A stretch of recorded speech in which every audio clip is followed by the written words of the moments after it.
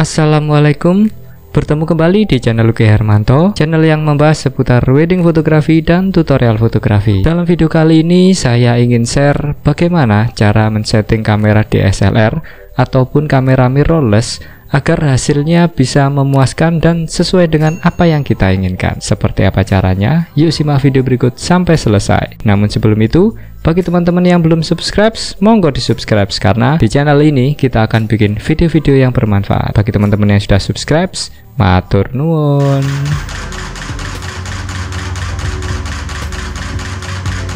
Sebetulnya cara setting kamera itu sudah saya buatkan video tersendiri, namun masih ada saja teman-teman yang menanyakan tentang settingan kamera, gimana caranya, baik itu kamera DSLR ataupun kamera mirrorless. Untuk itu dalam video kali ini saya ingin men-share tentang cara untuk men-setting kamera untuk pemula ataupun bagi teman-teman yang baru saja memiliki kamera DSLR ataupun kamera mirrorless dan bingung apa saja sih yang perlu disetting. Dalam video kali ini saya akan membahas tentang 4 hal saja, yaitu exposure, kemudian warna, kemudian fokus, dan yang terakhir adalah kualitas dari image. 4 hal ini yang perlu dan wajib kita setting pertama kali ketika kita memiliki kamera DSLR. Settingan inilah yang sangat berguna ketika kita akan melakukan pemotretan. Hal pertama kali yang perlu kita setting yaitu exposure. Exposure ini adalah seberapa banyak cahaya yang nantinya akan masuk ke dalam foto kita. Untuk exposure ini saya akan membagi menjadi 3 item. Yang pertama yaitu segitiga exposure, yang kedua yaitu mode dial, dan yang terakhir adalah pengukuran cahaya atau metering. Untuk segitiga exposure sebetulnya di YouTube itu sudah banyak tutorial-tutorial tentang bagaimana men-setting ataupun apa sih segitiga exposure itu. Saya akan mencoba sedikit menjelaskan detailnya, teman-teman bisa search di Google. Jadi segitiga exposure ini terdiri dari shutter speed, ISO, kemudian diafragma. Pengaturan dari tiga-tiganya ini memiliki efek yang saling berkaitan, yaitu efek terhadap exposure. Namun selain exposure, ketiga hal ini memiliki ataupun membuat hasil tersendiri. Katakanlah diafragma. Diafragma ini selain berpengaruh terhadap exposure, berpengaruh juga terhadap ruang tajam. Untuk ISO juga demikian, selain untuk merubah exposure, dia juga merubah terhadap sensitivitas terhadap cahaya, jadi berhubungan erat dengan noise. Dan yang terakhir adalah shutter speed. Selain berhubungan dengan exposure, shutter speed ini juga berhubungan dengan seberapa cepat kita melakukan proses penggambaran ataupun seberapa cepat kita memasukkan cahaya ke dalam sensor. Jadi shutter speed ini nanti hubungannya sama motion blur ataupun shake ataupun foto yang freeze. Jadi ketiga elemen ataupun ketiga dari segitiga exposure ini saling berkaitan dan ini disebut dengan basic fotografi. Jadi segitiga exposure ini harus kita pahami, harus kita kuasai, paling tidak sudah harus di luar kepala. Ketika kondisi seperti ini, apa yang perlu kita set? Ketika kondisi seperti ini, apa yang harus kita lakukan? Untuk segitiga exposure ini, yang terpenting adalah kita harus tahu mana yang akan kita jadikan patokan pertama, kedua, dan baru yang ketiga. Kalau yang akan saya jadikan patokan pertama ataupun hal yang pertama kali yang saya setting ataupun yang perlu kita rubah yaitu diafragma. Diafragma ini berhubungan dengan ruang tajam. Biasanya ketika saya melakukan pemotretan, saya akan menentukan terlebih dahulu yaitu ruang tajam. Mau seberapa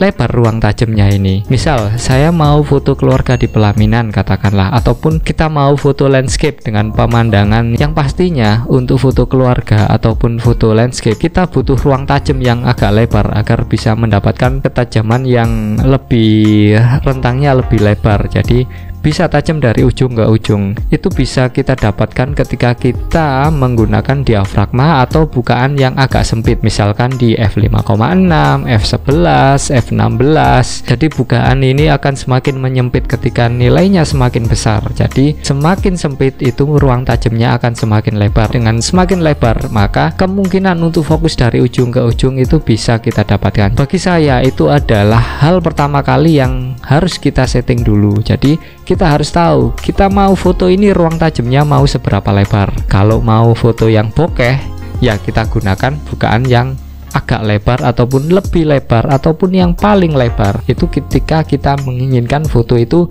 ruang tajamnya sempit dan yang pastinya foto itu bokeh. Kemudian settingan yang kedua yaitu saya biasanya di ISO. Untuk ISO ini sebisa mungkin saya taruh di batas aman dari rentang ISO. Untuk batas aman dari tiap kamera itu sangat berbeda-beda. Sebisa mungkin kita harus pahami dulu kamera kita ini batas ataupun rentang amannya itu berada di angka berapa. Yang terakhir yaitu shutter speed. Shutter speed ini berhubungan dengan seberapa cepat kita memasukkan cahaya ke dalam sensor. Untuk shutter speed ini sebisa mungkin kita harus tahu tangan kita ini mampunya di shutter speed berapa. Oke, itu tadi mengenai segitiga exposure. Hal yang pertama kali yang biasanya saya set terlebih dahulu yaitu seberapa lebar ruang tajam, yaitu berhubungan dengan diafragma. Kemudian seberapa aman sensitivitas dari sensor, itu berhubungan dengan ISO. Dan yang terakhir yaitu shutter speed. Mungkin teman-teman punya cara tersendiri untuk setting apa saja, ya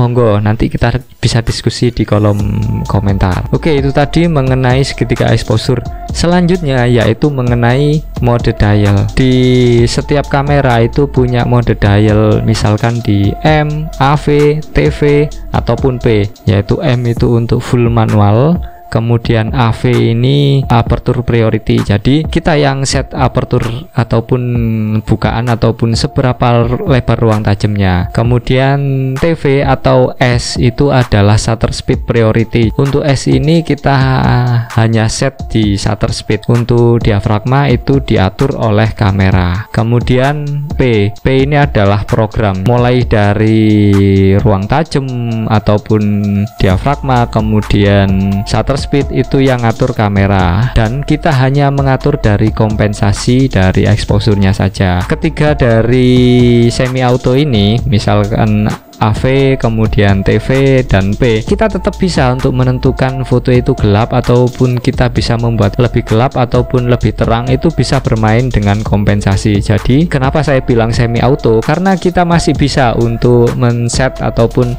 kita masih bisa melakukan kompensasi terhadap exposure. Itulah kenapa saya sebut semi otomatis. Hal terpenting ketika teman-teman baru memegang kamera yaitu kita harus menguasai, ya sebetulnya M itu adalah pengaturan yang wajib kita kuasai. Namun ketika kita di awal-awal motret, jangan malu untuk menggunakan auto. Jadi kita biasakan dulu untuk bermain dengan komposisi, bermain dengan melihat cahaya, bermain dengan angle. Yang pastinya gak mungkin kita bisa menguasai teknik ataupun ilmu fotografi dalam waktu singkat. Jadi nikmati prosesnya. Jadi bagi saya memotret itu harus menyenangkan. Ketika kita diribetkan dengan settingan, harus pakai settingan apa, dengan diafragma berapa, ISO berapa, lupakan dulu tentang settingan. Yang terpenting itu adalah kita motret dan belajar mengenai mode manual, karena mode manual ini adalah sesuatu yang wajib dikuasai oleh fotografer. Namun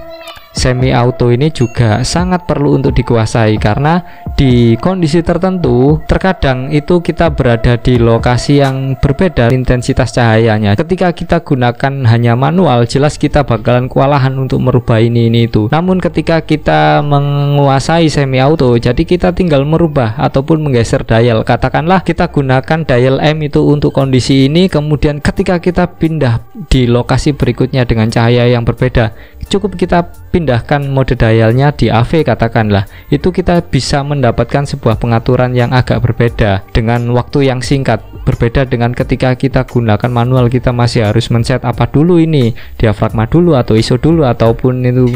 Yang pasti untuk kecepatan dari bagaimana kita mengambil keputusan, bagi saya kita harus bisa menguasai dari mode manual maupun semi auto. Jadi sebisa mungkin kuasai. Jangan lupa memotret itu harus menyenangkan. Jadi sebisa mungkin kita senang dulu untuk motret, kita senang dulu untuk melakukan ataupun membuat karya. Untuk settingan ataupun untuk exposure itu masih bisa kita pelajari ketika kita sudah melakukan proses fotografi. Kalau saya sebisa mungkin kita harus menguasai dari manual, kemudian cukup kita kuasai dari AV ataupun A. Itu bagi saya sudah lebih dari cukup untuk kita melakukan pemotretan, baik itu untuk pemotretan komersial misal wedding ataupun street ataupun genre fotografi yang lainnya. Jadi kuasai manual, kemudian kuasai juga aperture priority atau AV atau A. Oke, itu tadi mengenai mode dial. Yang terakhir tentang exposure yaitu pengukuran cahaya. Jadi untuk pengukuran cahaya atau metering itu kita bisa melihat di bar beberapa kamera ini terdapat angka 1, 2, 3 plus ataupun 1, 2, 3 minus. Itulah yang kita jadikan sebagai patokan. Foto itu akan kita taruh di foto yang under ataupun kita taruh di foto yang over. Jadi tidak selamanya foto itu ataupun pengukuran cahaya itu di angka 0. Jadi di kondisi tertentu kita harus meminuskan. Misalkan ketika objek ataupun POI itu terpapar cahaya matahari secara langsung, itu kita taruh di angka minus. Kemudian ketika POI itu berada di bawah pohon ataupun berada di bawah bayangan pohon, itu biasanya saya taruh di angka plus untuk bisa mendapatkan exposure yang sesuai. Jadi tidak selamanya metering itu kita taruh di angka 0. Metering ini sangat membantu kita untuk menentukan ataupun membuat foto kita ini lebih gelap ataupun lebih terang. Dengan kita membaca metering ini, itu akan sangat membantu untuk mempercepat kita menemukan exposure yang sesuai. Untuk beberapa kamera itu terdapat beberapa metode pengukuran. Yang pertama adalah evaluative metering, kemudian ada partial metering, kemudian ada spot metering, dan kemudian ada center weighted averaged. Ya mungkin akan saya bikinkan video tersendiri, tapi bagi saya evaluative metering itu sudah lebih dari cukup. Oke, itu tadi tentang exposure. Untuk yang kedua yaitu tentang warna. Untuk warna ini kita bisa mendapatkan dengan merubah ataupun kita men-setting dari picture style kemudian white balance. Dua hal ini yang perlu kita kuasai ketika kita mau hasil warna yang kita inginkan. Oke, untuk picture style sebetulnya sudah saya bikinkan video tersendiri. Teman-teman mungkin bisa melihat videonya di pojok sini atau nanti saya akan tulis di kolom deskripsi. Di setiap kamera itu terdapat beberapa picture style yang sangat berbeda-beda dan mempunyai karakter masing-masing. Mulai dari landscape itu dengan warna yang lebih vivid ataupun yang lebih berwarna, kemudian ada natural yang memberikan warna-warna yang natural, kemudian ada picture style standar dengan warna-warna yang hampir mendekati dari natural, dan black and white bagi teman-teman yang sangat suka terhadap black and white. Di dalam picture style sendiri juga terdapat beberapa settingan, yaitu mulai dari kontras, sharpen, kemudian saturasi, hue, kadang ada kejenuhan ataupun clarity. Semua tergantung dari tipe kamera, merek kamera, dan yang pastinya setiap pengaturan itu punya karakter masing-masing. Untuk picture style ini biasanya saya gunakan picture style yang netral, karena bagi saya foto-foto natural itu lebih enak untuk dilihat ataupun nantinya akan lebih enak untuk diolah daripada foto-foto yang lebih keluar warnanya ketika nanti di proses editing bakalan agak kesusahan. Bagi teman-teman yang masih bingung terhadap picture style apa yang akan saya lebih baik digunakan, sebisa mungkin dicoba, dirasakan sendiri. Nanti ketika teman-teman sudah menemukan feel-nya, tinggal merubah-rubah dan bisa lebih cepat apa saja yang akan dirubah. Oke, untuk selanjutnya terhadap warna yaitu white balance. Masih banyak teman-teman yang menanyakan, Mas itu menggunakan white balance apa? Mas itu menggunakan white balance apa? Ketika kondisi di ini white balance apa? Jadi tidak ada patokan untuk white balance apa yang harus digunakan. Kalau saya ketika white balance auto ataupun AWB itu bisa mendapatkan warna yang saya inginkan, itu sudah lebih dari cukup. Namun ketika warna itu tidak sesuai, hal yang akan saya rubah yaitu saya akan menggunakan white balance yang ada di situ dulu. Misalnya nih, di kamera kan terdapat WB daylight yang bergambar matahari, kemudian ada cloudy yang bergambar awan, kemudian ada shade ataupun gambar rumah yang ada shadownya. Kalau memang sudah tidak bisa kita dapatkan, baru saya gunakan Kelvin. Setiap kondisi DTKP, setiap cahaya itu memiliki WB tersendiri, jadi nggak ada patokan yang bisa kita jadikan sebagai katakanlah. Tapi yang pasti ketika kita gunakan flash itu kita gunakan WB daylight ataupun WB yang bergambar matahari, itu kemungkinan besar itu kita bisa mendapatkan warna-warna yang natural. Namun ketika kita tidak gunakan flash sebagai cahaya utama, itu kita harus coba dan kita harus mencari apa yang sesuai. Jadi bagi teman-teman yang masih bingung untuk menggunakan WB, kalau memang WB auto, jadi jangan malu untuk menggunakan auto. Bagi saya yang penting itu foto itu menyenangkan dan hasil dari foto ini bisa mendekati dari warna yang kita inginkan. Ketika kita ribet untuk mendapatkan warna yang sesuai, katakanlah ribet dengan settingan, momen bisa hilang ataupun mood dari yang kita foto juga hilang. Jadi bagi saya yang terpenting adalah memotret itu harus menyenangkan. Oke, itu tadi untuk warna. Selanjutnya yaitu kita akan beralih kepada fokus. Jadi di kamera ini terdapat beberapa pilihan fokus. Yang pertama adalah manual fokus dan yang kedua adalah autofocus. Kalau memang autofocus kita bisa mendapatkan fokus yang sesuai, ya kita gunakan autofocus. Namun ketika fokus itu kadang ke belakang, kadang ke depan, ya itu kita harus menggunakan manual fokus. Untuk cara bisa mendapatkan fokus agar bisa mendapat ketajaman yang kita inginkan, sudah pernah saya bikinkan video tersendiri tentang bagaimana cara menggunakan manual fokus. Untuk link videonya teman-teman bisa lihat di atas ataupun nanti akan saya tuliskan di kolom deskripsi. Hal berikutnya yang berhubungan dengan fokus yaitu menentukan titik fokus. Dalam menentukan titik fokus ini ada fitur dari kamera, kita yang memilih sendiri titik fokusnya atau kita dipilihkan oleh kamera mana saja yang fokus berdasarkan kondisi kekontrasan dari sebuah gambar. Jadi sebisa mungkin kita yang menentukan titik fokusnya, kita pilih satu titik yang akan jadi fokus, entah itu nanti kita gunakan teknik recompose ataupun kita rubah titik fokusnya agar bisa mendapatkan di area yang ingin kita fokuskan. Jadi sebisa mungkin kita gunakan satu titik fokus yang kita sendiri yang atur, jangan kamera yang atur, karena kita yang membuat karya, bukan kamera yang membuat karya. Sebisa mungkin kitalah yang mengatur untuk titik fokusnya. Di beberapa kamera yang memiliki fitur touchscreen itu akan sangat mempermudah. Cukup dengan menekan di area fokus yang kita inginkan di layar, itu kita bisa mendapatkan ataupun titik fokusnya akan berpindah ke area yang kita inginkan. Itu sangat membantu kita dan sangat mempercepat kita dalam menentukan titik fokus, berbeda dengan kamera-kamera yang dulu yang masih belum dilengkapi dengan touchscreen. Jadi kita harus memindahkan ke kiri, ke kanan ataupun atas atau bawah. Bagi teman-teman yang memiliki kamera yang sudah memiliki teknologi touchscreen, silahkan digunakan touchscreen tersebut untuk mempercepat kita dalam menentukan titik fokus.